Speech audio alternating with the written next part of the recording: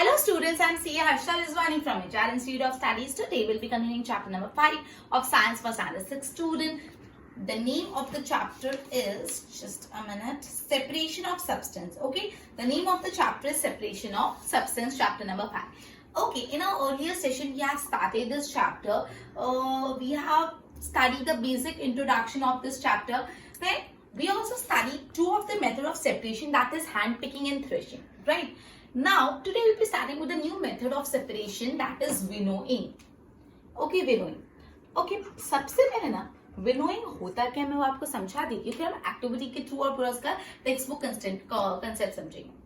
Usually winnowing कब use होता है जब आप लाइटर पार्टिकल्स और हेवियर पार्टिकल्स का मिक्सचर है और ये लाइटर पार्टिकल्स को हेवियर पार्टिकल्स में से अलग करना होता है. तो व्हाट यू डू, आप एक कुछ पेपर लोगे, से फॉर एग्जांपल उसमें लाइटर या कुछ ऐसा इंस्ट्रूमेंट, ठीक है, जिसको आप झड़क सको ऐसे, ठीक है. फिर एक थोड़े रेस प्लेटफॉर्म पे खड़े रहोगे, थोड़ी ऊंचाई पे, थोड़ा रेस प्लेटफॉर्म, और ऐसे झड़कोगे. जब आप ऐसे झड़कोगे तो क्या होगा, जो हैवी पार्टिकल्स है ना वो हैवी पार्टिकल्स नीचे गिर जाएंगे और जो लाइटर पार्टिकल्स है वो हवा के फ्लो से हवा में उड़ जाएंगे. ठीक है, समझ रहे हो, मतलब यार वो दूसरी डायरेक्शन में जाएंगे. सो जो विनोइंग टेक्निक है वो यूजुअली कब यूज होती है, जैसे जो फार्मर्स होते हैं वो ग्रेन्स में से उनको जो हस्क होता है वो निकालना होता है. हस्क मतलब जो लाइटर पार्टिकल्स होते हैं जो मतलब जिसको सेपरेट करना होता है ग्रेन्स में से, जो अनवांटेड पार्टिकल्स होते हैं. सो क्या करते हैं ये, मतलब ग्रेन्स को, अगर हस्क को ग्रेन में से निकालना हो, सो एक रेस प्लेटफॉर्म पे ऐसे गिराते हैं, रेस प्लेटफॉर्म से ऊपर से नीचे गिराते हैं. तो जो ग्रेन्स होता है वो हेवी होता है, तो ग्रेन्स नीचे गिर जाएंगे और जो हस्क है वो बहुत लाइट होते हैं. लाइट पार्टिकल्स हवा से कोई और डायरेक्शन में चले जाते हैं. तो ये मेथड होता है विनोइंग. आपको समझ आ रहा है, ये यूजुअली हैवी पार्टिकल में से लाइट पार्टिकल सेपरेट करने के लिए यूज होता है. अब ये मैंने आपको एक बेसिक अंडरस्टैंडिंग दी थी कि विनोइंग होता क्या है. अब अपन इसको एक एक्टिविटी के थ्रू पढ़ेंगे तो आपको ज्यादा कंसेप्ट क्लैरिटी हो जाएगी. ओके, तो लेट्स रीड द एक्टिविटी. बोला है कि आप एक ड्राई सैंड और पाउडर ड्राई लीव्स का मिक्सचर लो. ड्राई सैंड, सूखी मिट्टी लो और उसके साथ पाउडर ड्राई लीव्स. पत्ते सूख जाते तो कैसे करकरे हो जाते हैं, उसका पाउडर बना दो. पत्ते होते हैं जो लीव्स, वो ड्राई हो जाता है, पत्ते सूख जाते तो कितने क्रंची जैसे हो जाते हैं, एकदम हल्के. तो उसको आपको पाउडर बनाना है. मतलब आपने सैंड, ड्राई सैंड और ड्राई पाउडर लीव्स लिया, ठीक है. अब उन दोनों को मिक्स कर दिया. Keep this mixture on a plate और न्यूज़पेपर. इस मिक्सचर को, जो ड्राई सैंड और जो पाउडर ड्राई लीव्स है, उसको आप क्या रखो, एक प्लेट में आकर न्यूज़पेपर पे रख दो. Look at this mixture carefully. Can the two different components be made out easily? Okay, ये पैरा में कुछ नहीं. Next, now take your mixture in open ground. अब क्या करोगे, जो मिक्सचर है ना ड्राई सैंड और ड्राई पाउडर लीव का, जो आपने न्यूज़पेपर में या तो प्लेट में डाला, उसको आप एक ओपन ग्राउंड पे लेके जाओ. फिर क्या करोगे, and stand on a raised platform. मैंने आपको बताया ऊंचाई पे खड़ा होना. एक रेस्ड ऊंचाई, डायरेक्ट कैसे डालोगे तो कुछ, जब ऊंचाई से नीचे डालोगे तब असर आएगा. आपको क्या करना है, थोड़ी ऊंचाई पे खड़ा हो जाना है, रेस्ड प्लेटफॉर्म पे खड़ा रहना है. Just a minute. हाँ, now put the mixture in a plate or a sheet of paper. Hold the plate or a sheet of paper containing mixture at your shoulder height. आप अपनी shoulder की height पे ऐसे लेके खड़े रहो. ये जो भी मिक्सचर है उसको प्लेट में या पेपर में डाल के अपने शोल्डर हाइट दिखता है, शोल्डर हाइट पे लेके खड़े रहो. क्लियर. टिल्ट स्लाइडली, और हल्का सा उसको ऐसे झुकाओ. टिल्ट मतलब झुकाना. हल्का सा उसको ऐसे झुकाओ. क्लियर. फिर क्या होगा, so that the mixture slide out slowly. ऐसे झुकाओ कि मिक्सचर धीरे धीरे नीचे जाए. अब पता what happened, do both the components sand and sawdust fall at the same place. क्या वो जो सैंड था और जो पाउडर ड्राई लीव्स थे दोनों एक ही जगह गिरेंगे. इस तरह component that is blown away. Okay, तो यहाँ पे आपको ये विनोइंग वाली, इसमें एक आंटी देख रहे हैं जो विनोइंग कर रहे हैं डायग्राम में. वो क्या करना है, आंटी ने ऐसा कुछ प्लेट जैसा लिया है, उसमें से वो नीचे देखो टेबल पे खड़े, रेस प्लेटफॉर्म पे खड़े, और हल्का सा उन्होंने अपनी प्लेट को टिल्ट किया. तो आपको पिक्चर में दिख रहा होगा कि जो हैवी पार्टिकल्स है उसका नीचे हीप बन रहा है और जो लाइटर पार्टिकल्स है वो हवा में उड़ जा रहा है. आपको दिख रहा है. तो यही होता है विनोइंग. दिस मेथड, यहाँ पे भी क्या होगा, जो ड्राई पाउडर लीव्स है वो लाइटर, वो हवा में उड़ जाएंगे, मतलब हवा के डायरेक्शन में चले जाएंगे, और बाकी जो है ड्राई सैंड वो एज एन हीप नीचे इकट्ठा हो जाएगी. तो ये जो method of separating the component of the mixture is called winnowing. Winnowing is used to separate heavier and lighter component of a mixture. Winnowing usually कब यूज होता है, जब हमको हैवी कंपोनेंट और lighter component of the mixture को अलग अलग करना है, बाय विंड और बाय ब्लोइंग एयर. ठीक है, तो आपको पूछ सकते हैं कि विनोइंग व्हेन का भी विनोइंग मेथड यूज होती है. विनोइंग मेथड, सबसे पहले क्या क्वेश्चन आता है, विनोइंग मेथड होता है क्या, व्हाट इज विनोइंग. तो विनोइंग मेथड क्या होता है, ये अपन ने एक्टिविटी 3 से पूरा समझा। क्लियर? क्या था एक्टिविटी 3 में? आपने इनको बोला कि आप जो ड्राई सैंड होती है और ड्राई पाउडर लीव्स का मिक्सचर बनाओ, फिर ओपन ग्राउंड में जाओ, रेस प्लेटफॉर्म पे खड़े रहो, प्लेट में ड्राई पाउडर या और सैंड का मिक्सचर डालो और उसको हल्का सा टिल्ट करो। जब उसको आप हल्का सा टिल्ट करोगे तो उन दोनों में से जो भी हैवी पार्टिकल्स होंगे वो नीचे एज एन हीप गिर जाएंगे और जो लाइटर पार्टिकल्स होंगे वो हवा के भाव से थोड़े दूर चले जाएंगे। जो लाइट होगा, हल्की चीज हवा से दूर चले जाती है, तो इस तरह से लाइटर पार्टिकल्स और हैवी पार्टिकल्स सेपरेट हो जाएंगे। आपको पिक्चर के थ्रू भी मैंने समझा। अब व्हेन इट इज यूज, ये विनोइंग मेथड कब यूज होती है? ये विनोइंग मेथड यूज होती है to separate the heavier and it is used to separate heavier and lighter component of a mixture। कब यूज होती है? टू सेपरेट, क्या चीज सेपरेट करने के लिए? कौन सी दो चीजों को अलग करना है? हेवियर एंड दूसरी कौन सी? Lighter component of mixture. Mixture का जो हेवियर और लाइटर कंपोनेंट को सेपरेट करने के लिए यूज होता है। मिक्सचर का जो हेवियर, जो मिक्सचर का हेवियर और लाइटर कंपोनेंट है उनको सेपरेट करने के लिए यूज होता है बाय विंड, या तो हवा से बाय विंड और by blowing wind. Clear?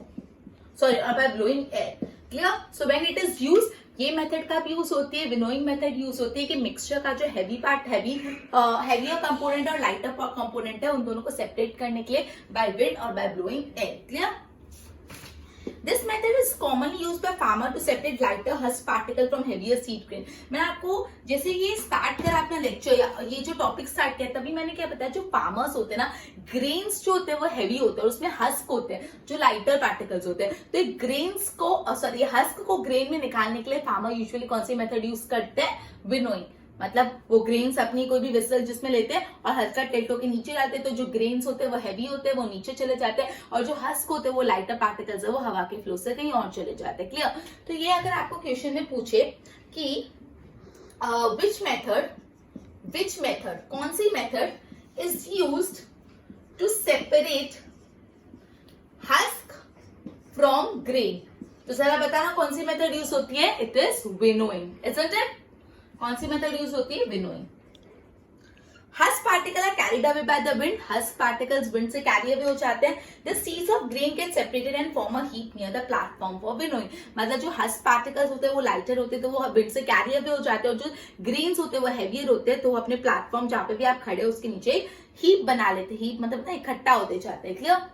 The separate husk is use, और ये जो हस्क आप सेपरेट कर उसको फेंक नहीं दिया जाता, ये हस्क भी अलग अलग पर्पस के लिए यूज होते हैं। जैसे जैसे कैटल्स को जो चारा देते हैं, फॉडर देते हैं, उसके लिए यूज होता है। तो अगर आपको ऐसे पूछे give one use of the husk, ये जो हस्क सेपरेट हो रहा है ग्रेन से, उसका एक यूज बताने को पूछे तो आप बोलोगे it is use as a fodder for cattles. मतलब ये जो हस्क है उसको भी अलग अलग तरीके से यूज करा जाता है। एक तरीका बताया as an husk for, sorry, as an fodder for cattle. तो ये अपना पूरा था winnowing concept. Clear? Next topic से पहले विनोइंग वन मोर टाइम, इसका सेंटर पॉइंट क्या है, इसका बेस क्या है कि विनोइंग मेथड यूज तब होता है जब एक मिक्सचर का हैवियर और लाइटर पार्टिकल्स को सेपरेट करना होता है। दूसरी जो इंपॉर्टेंट पॉइंट है ये है कि इसका प्रोसीजर क्या है। मैंने आपको प्रोसीजर समझाया।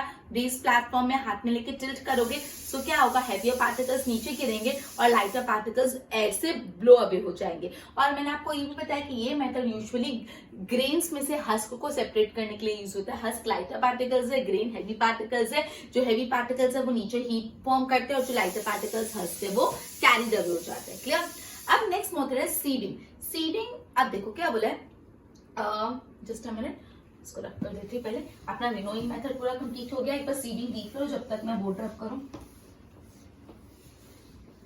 ओके स्टूडेंट्स, अपना नेक्स्ट जो मेथड अभी अपन पढ़ने वाले वो है सीडिंग। ओके, अभी आटा भूनने से पहले क्या करते हैं, मम्मी आटा लेके आटा को छानती है, आटे को से छानती है और नीचे जो आटा है उसको भूनते हैं। तो ये जो छन्नी होती है उसको सीविंग करना बोलते हैं, छानने को बोलते हैं सीविंग करना। अगर अपन नॉर्मल अपनी लैंग्वेज में बोल रहे तो छानने को बोलते हैं सीविंग करना। क्लियर? ओके, ये फर्स्ट पैराग्राफ में वही है, sieving allow the fine flour particles to pass through the holes of the sieve while bigger impurity remain on the type. जब आप फ्लोर को, आटे को छानते हो तो सीविंग करने से, छानने से क्या होगा, जो फाइन पार्टिकल्स है, जो अच्छे पार्टिकल्स है वो उस सीड से, उस छन्नी में से नीचे चले जाते हैं और जो कंपैरेटिवली बड़े इम्प्योरिटीज है वो ऊपर रह जाते हैं, मतलब कचरा ऊपर रह जाता है और फाइन पार्टिकल्स नीचे चले जाते हैं छोटे छोटे होल से। तो यहाँ पे यही बोला है कि जब हम फ्लोर बनाते हैं उससे पहले उसको सीविंग करते हैं, मतलब छानते हैं। तो क्या बोला है, जब आप सीविंग करोगे तो जो फ्लोर के अच्छे पार्टिकल्स है, फाइन पार्टिकल्स है, वो सीव से, वो होल से नीचे चले जाएंगे और जो इम्प्योरिटीज है, जो कंपैरेटिवली बिगर पार्टिकल्स है, वो छन्नी पे रह जाएंगे। क्लियर? इन फ्लोर मिल जो आटे की चक्की होती है, मतलब जो आटे की घंटी जिसको बोलते हैं, आटे की घंटी होती है जहाँ पे आटा पिसता है, सॉरी गेहूं पिसता है, सॉरी, ठीक है। Impurity like husk and stones are remove from wheat. गेहूं पिस के आटा बनता है, तो ऐसे जहाँ पे गेहूं पिसता है, जो जहाँ पे आटा बनता है, तो जो व्हीट होता है, व्हीट को पीसते हैं, व्हीट को ग्राइंड करके आटा बनाते हैं। तो ये जो व्हीट होता है उसके अंदर भी कुछ इम्प्योरिटीज होती है, कुछ स्टोन्स होते हैं और हस्क होते हैं, ठीक है। और in a flour mill impurity like husk and stones are remove from wheat before grinding it. तो यहाँ पे क्या बोला है कि जो फ्लोर मिल होती है, आटे की घंटी होती है, वहां पे क्या होता है, जो व्हीट होता है, जो गेहूं होता है, उसको ग्राइंड करने से पहले उसमें जो स्टोन्स या तो कुछ हस्क पार्टिकल्स है उसको निकाला जाता है। Usually bag of wheat is pot. अभी कैसे निकालते हैं, एक बैग बढ़ के जो व्हीट होता है ना, एक स्लैंटिंग सीव पे रखा जाता है। स्लैंटिंग मतलब ऐसे स्लैंटिंग, ये स्लैंटिंग सीव है, इसके ऊपर एक बैग ऑफ व्हीट डाल दिया जाता है और उसमें क्या होगा, छन्नी होगी, मतलब छोटे छोटे होल्स होंगे, बड़ा सा सीव होता है। घर वाले छोटे से छन्नी नहीं, बड़ी सी छन्नी, एक ऐसा स्लैंटिंग सीव होता है, उस पर एक बैग भर के पूरे व्हीट डाल देते हैं। दिस सीव रिमूव, और फिर क्या होता है, ये जो व्हीट से जो भी स्टोन्स होते हैं, स्टॉक, हस्क, ये निकल जाते हैं। That mean still remain within the wheat after threshing. The sieving remove pieces of stone, stalk, husk, मतलब ये अगर विनोइंग और थ्रेशिंग करने के बाद भी अगर बीच में कुछ छोटे छोटे कंकर या कुछ चीजें रह जाती है, वो ये सीविंग करके रिमूव हो जाता है। Clear? You may also notice similar sieve. इस टाइप की जो मैंने आपको स्लैंटिंग सीव बताया ना, ये आपने यूजुअली कंस्ट्रक्शन साइट पे भी देखे होंगे। अभी आपको समझ नहीं आएगा कैसे, आप ना पिक्चर देखो, पिक्चर 5.7, तो आपको बहुत क्लैरिटी आ जाएगा कि ऐसा आपने बहुत सारी जगह जहाँ पे बिल्डिंग्स बन रही हो ना, कभी नहीं नोट किया ना, तो नेक्स्ट टाइम आप कहीं आजू बाजू बिल्डिंग्स आपकी बन रही हो ना, तो देखना वर्कर्स के यहाँ पे ऐसा होता है। सेम जो पिक्चर 5.7 है, तो ये जो कंस्ट्रक्शन साइट पे भी क्या होता है, फ्रॉम द सैंड, मिट्टी में से जो कंकर होते हैं, पेबल्स को सेपरेट करने के लिए ऐसा स्लैंटिंग सीव यूज होता है। क्लियर? तो ये था अपना sieving. One more time sieving करते। सीविंग मतलब छानना।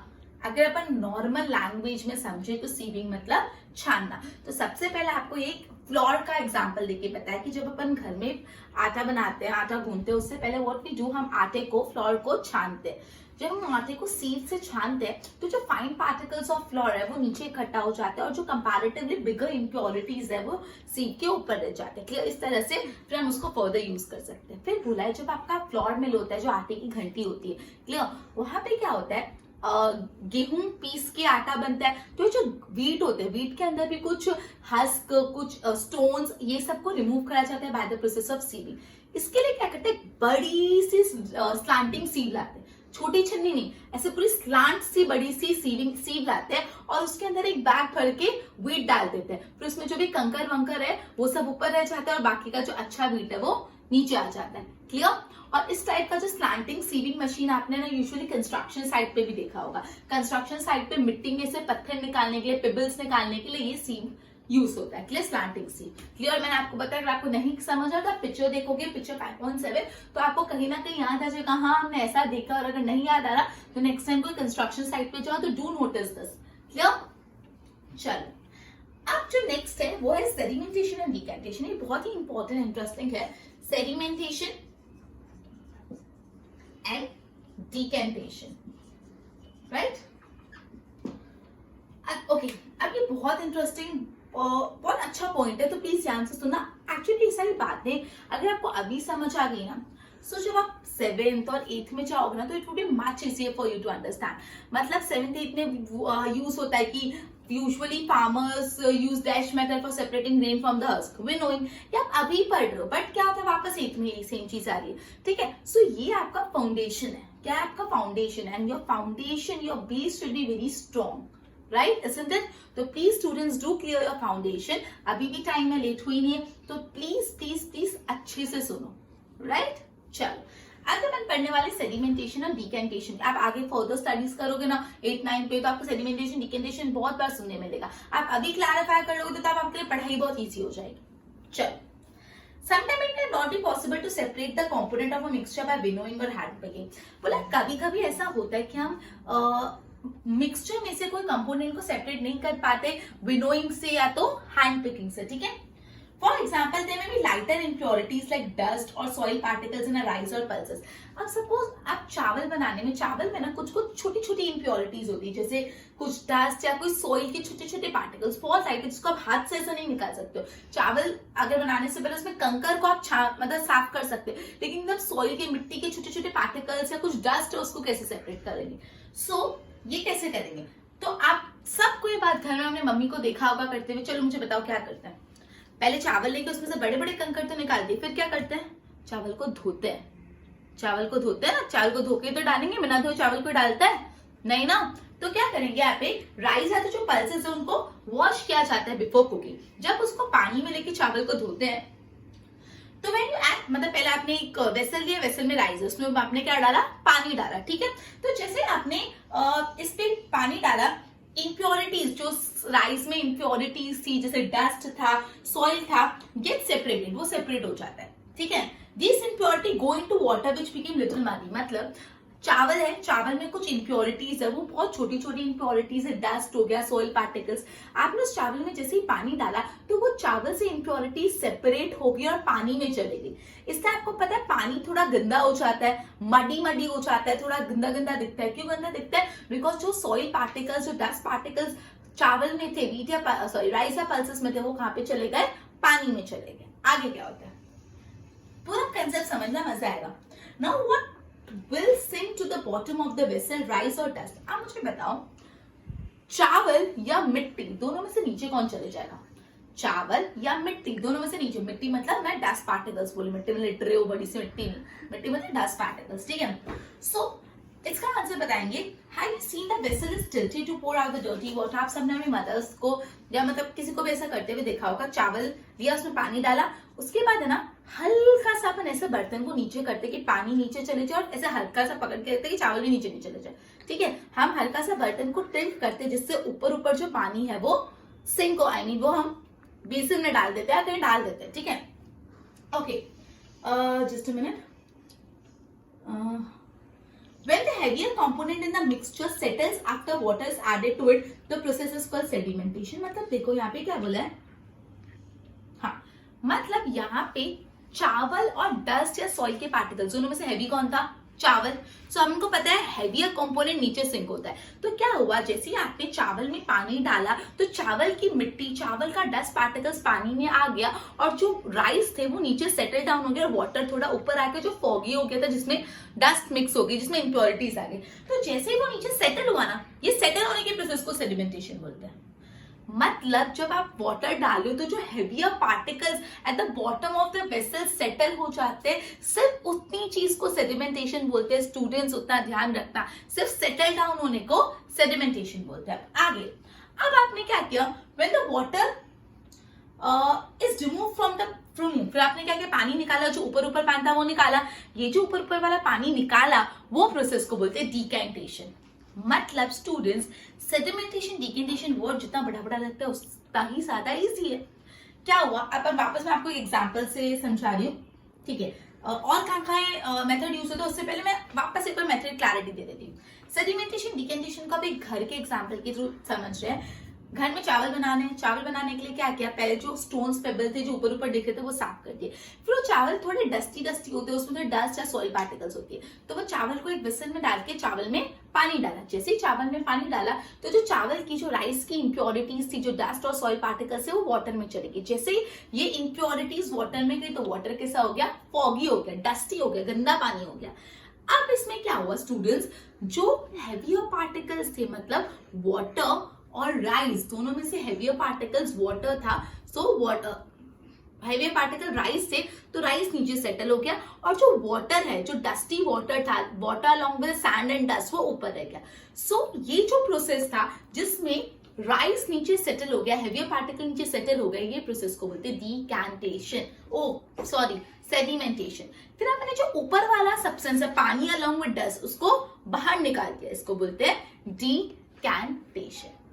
Okay students, The same principle, ये same principle is used for separating mixture of two liquid that do not mix with each other. मतलब अगर लिक्विड का मिक्सचर है जो दोनों एक दूसरे के साथ मिक्स नहीं होते तभी भी ये मेथड यूज होता है, ठीक है। मतलब अगर दो लिक्विड है और वो दो लिक्विड एक दूसरे के अंदर मिक्स नहीं हो रहे तभी भी ये मेथड यूज होता है। आपको एग्जांपल दिया है, चलो आप मुझे सब बताओ कि कौन से ऐसे दो लिक्विड है जो कभी एक दूसरे में मिक्स नहीं होते।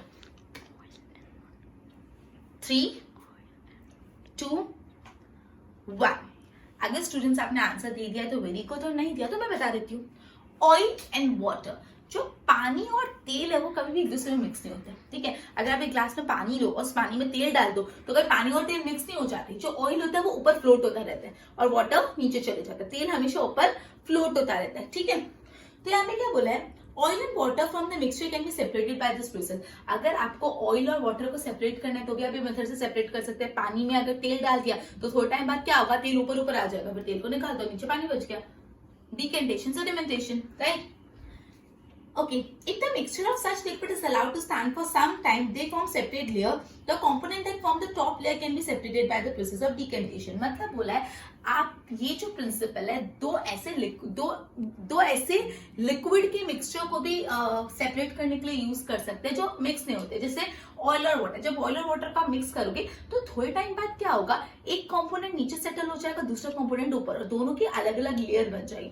मतलब पानी पूरा नीचे आ जाएगा और जो ऑयल है पूरा ऊपर आ जाएगा, दोनों को क्लियर लेयर दिखेगी कि ये पानी और ये ऑयल, ये पानी। अब ये ऑयल को आप अलग कर सकते हो, मतलब जितना भी ऑयल धीरे धीरे निकाल सकते हो bye the process of decantation.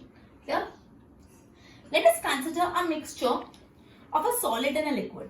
After preparing tea, what do you remove from tea? What do you remove the tea? Why do you remove the tea leaves? Try just a minute. Try decantation. It helps a little, but do you still see get a few leaves in your tea? Now pour the tea through a strainer. Did all the 3 leaves, मतलब बोला चाय बनाने के time जो आपको चाय पत्ती दिखती है, मतलब आप थोड़ी थोड़ी चाय पत्ती नीचे सेटल हो रही है, फिर आप चाय को बिना छाने डालोगे तो भी उसमें कुछ कुछ तो चाय पत्ती आ ही जाएगी, इसलिए आपको उसको फिल्टर करना पड़ेगा। जब आप फिल्टर करोगे तो पूरी जो चाय पत्ती होती है ब्लैक वाली ऊपर सेटल हो जाएगी और चाय नीचे आ जाएगी, टी नीचे आ जाएगी। Clear? This process is called filtration. Which method of separation of tea leaves is better? Filtration or decantation? Obviously filtration. आप चाय को चाय की पत्ती में से सेपरेट नहीं कर सकते by the process of decantation, because उसमें ये नहीं चलेगा, filtration चलेगा। Let us now consider the example of water that we use. Do all of us at all time get safe water to drink? Sometimes water supplied to the taps may be muddy. The water collected from ponds or river may also be muddy, especially after rain. Okay, students. So let us now see we can use some method of separation to remove insoluble impurity like soil from the water. अब अपन ने इतनी सारी methods of separation देखा, कौन सी देखी, hand picking देखा, threshing देखा, winnowing देखा, सीविंग देखा और सेडिमेंटेशन और डिकेंटेशन, ये 5 मेथड। तो बोला स्टूडेंट्स, क्या पानी में से कुछ इनसॉल्युबल इम्प्योरिटीज जैसे सॉइल, उसको रिमूव करने के लिए कौन सी मेथड यूज? इनसॉल्युबल मतलब जो उसमें सोल्यूट नहीं हो जाती, घुल नहीं जाती। Activity number 5. Let us see the activity number 5. What you need to do is collect some muddy water from a pond or a river. नदी या नाली में से कुछ पॉन्ड में से या तो रिवर में से कुछ गंदा पानी कलेक्ट, मडी वाटर कलेक्ट करके आओ। If it is not available, mix some soil to water in a glass. अगर नहीं है तो ग्लास में पानी लो, उसमें थोड़ी मिट्टी डाल दो, ठीक है, तो खुद ही मडी हो जाएगा। Let it stand for half an hour. आधे घंटे तक उसको छोड़। Let it stand for half an hour मतलब आधे घंटे तक उसको छोड़ दो। Observe the water carefully and note your observation. Does some soil settle at the bottom of water? Why? What will you call this process? आप आधे घंटे छोड़ने के बाद देखोगे कुछ सॉइल नीचे इकट्ठा हो जाएगी। जब आप पानी में सॉइल डालोगे तो कुछ सॉइल नीचे इकट्ठा हो जाएगी। ये प्रोसेस को क्या बोलते हैं? सेडिमेंटेशन। सेडिमेंटेशन बोलते नीचे इकट्ठा हो गई ना soil. Now slightly tilt the glass without disturbing the water. आप क्या करो, हल्का सा ग्लास को टिल्ट करो। Let the water from the top flow into the another glass. मतलब ऊपर का जो पानी है उसको दूसरे ग्लास में भरो। ये कौन सा प्रोसेस है? डिकेंटेशन। मतलब क्या करा, एक ग्लास में हमने पानी लिया, ऊपर मिट्टी डाली और आधे घंटे तक छोड़ दिया। तो थोड़ा टाइम बाद, आधे घंटे बाद क्या होगा, ये जो सॉइल पार्टिकल्स है वो थोड़े नीचे सेटल हो जाएंगे। तो ये जो सॉइल पार्टिकल्स नीचे सेटल हो, ये प्रोसेस को क्या बोलते हैं? अभी अपन ने पढ़ा सेडिमेंटेशन। और ऊपर का जो पानी है, टॉप वाटर, वो आपने दूसरे ग्लास में सपोज निकाल दिया, तो इसको क्या बोलते हैं? Decantation. Is the water in the second glass still muddy or brown in color? अब जो आपने पानी निकाला still वो muddy है? Yes, एकदम प्योर तो अभी तक हुआ नहीं है। Now filter it. फिर क्या करो? Did the tea strainer work? Let us try filtering the water to the piece of cloth. अब ये पानी को फिल्टर करो। एक कपड़े के फिल्टर करो। इन अ पीस ऑफ क्लॉथ, एक कपड़े में छोटे छोटे होल्स होते हैं और pores remain in between the woven thread. हमेशा कपड़े के अंदर है ना, कपड़ा कैसे बनता है, थ्रेड को वीविंग करके अपन ने फाइबर टू फैब्रिक पढ़ा है, ठीक है। तो ये कपड़े में अंदर छोटे छोटे कांटे होते हैं, छोटे छोटे होल्स होते हैं, क्लियर। तो these pores in cloth can be used as a filter. तो मतलब जब आप कपड़े से, मतलब पुराने जमाने में तो कपड़े से, कपड़े को एज अ छन्नी यूज किया जाता था। तो ये पानी को कपड़े से छानो तो क्या होगा, जो इम्प्योरिटीज होगी ऊपर सेटल हो जाएगी, पानी वो कपड़े के छोटे छोटे होल से नीचे निकल जाएगा, clear. Is the water still muddy? क्या अभी भी वो muddy है? Impurity can be separated by filter that has even small. Impurity can be separated by filter that has even smaller pores. अब अगर अभी भी पानी muddy है तो आप एक दूसरा फिल्टर यूज करो जिसमें और छोटे छोटे होल्स है, जिसके होल्स और छोटे छोटे हैं। अब filter paper is one such filter that has very fine pores in it. तो एक फिल्टर पेपर होता है, वो फिल्टर पेपर के अंदर जो होल होते हैं वो बहुत फाइन होते हैं, मतलब बहुत छोटे छोटे होते हैं। फिल्टर पेपर से फिल्टर करेंगे तो फाइनल प्रोडक्ट अपन को मिलेगा। Okay, figure 5.9 shows the steps involved in using a filter paper. A filter paper folded in the form of cone is fixed onto a funnel. मतलब फिल्टर पेपर को है ना ऐसा कोन जैसे बना दो, कोन, ठीक है। आप घर पे ट्राई करना, एक फिल्टर पेपर लेना, फिल्टर पेपर को ऐसा कोन शेप बना देना, ऊपर से ऊपर, नीचे से ऐसा कोन शेप, ऐसा कोन शेप। देखो स्टूडेंट्स, ऐसा कोन शेप बना देना। ओके, आप इसको कोन शेप बना दो और इसको एक फिनल पे लगा दो, ठीक है। Fix it with the filter paper, fix into a funnel, ठीक है। Mixture is then poured on a, फिर इस फिल्टर पेपर में से पानी डालो, ठीक है। Solid particles in the mixture do not pass through it and remain on the filter. अब इसमें जो सॉलिड पार्टिकल्स होंगे ना वो फिल्टर में रह जाएंगे, नीचे पास नहीं होंगे। ओके, तो fruits and vegetable juice, okay, ये इधर तक बताया, बोला कि क्या, बोला कि जो एक एक्टिविटी करी अपन ने, क्या करा, अपन ने मदी वाटर कलेक्ट किया। मदी वाटर को सबसे पहले क्या किया, तो आधे घंटे तक छोड़ दिया।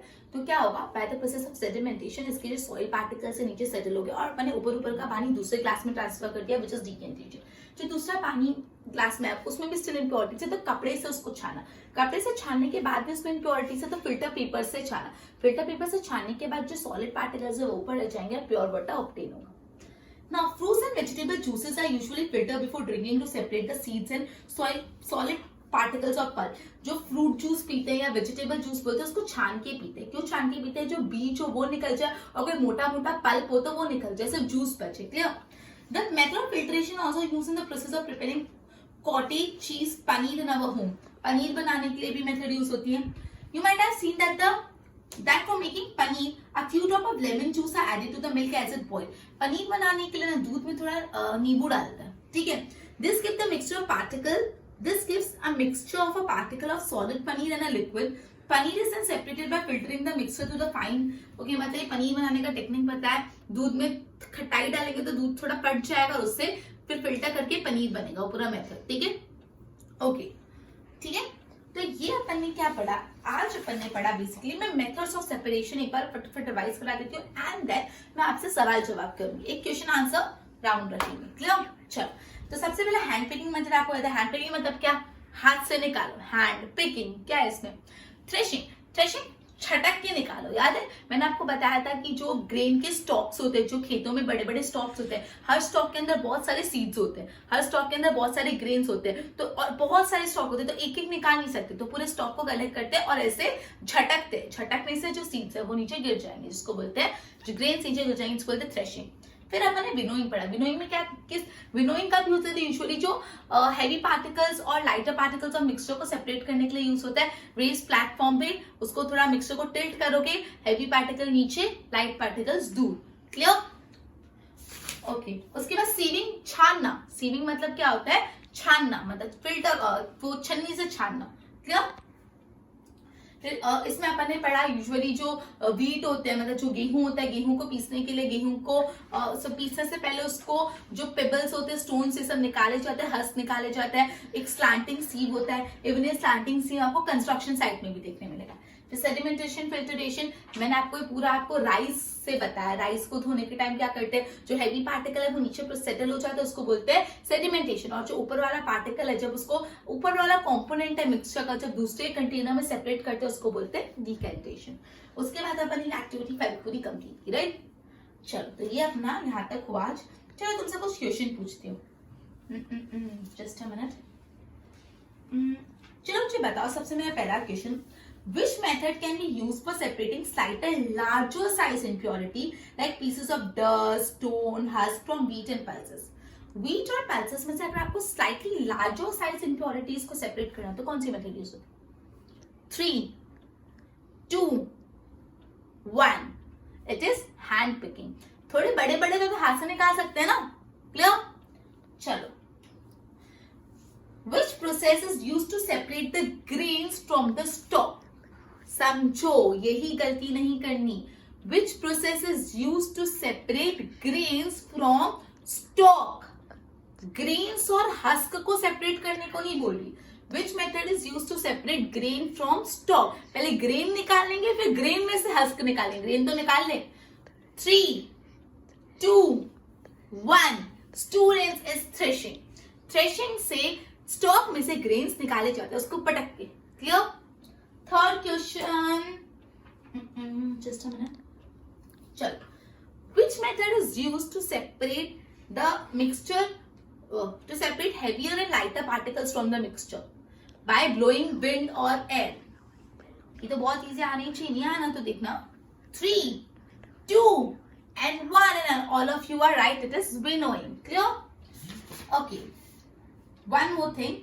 Which method is used to separate husk from grains? 3, 2, 1. Yes, it is winnowing. अब tell me, ये जो husk है, is it used for any purpose or it is just thrown away? 3, and listen. If yes, tell me for what purpose. 3, 2, 1. Yes, it is used as a fodder for cattle. Clear? Okay. One more. Just a minute. Tell me, which method is used to separate oil and water? Sedimentation and decantation. Okay? Okay, students. So with this, we would be ending our lecture. And in our next session, we would be starting with the topic of evaporation, which is quite important. Okay? Then condensation and certain activity to prove the content, right? So we'll be ending our lecture by this and continue with the further points in next lecture. Till then, goodbye.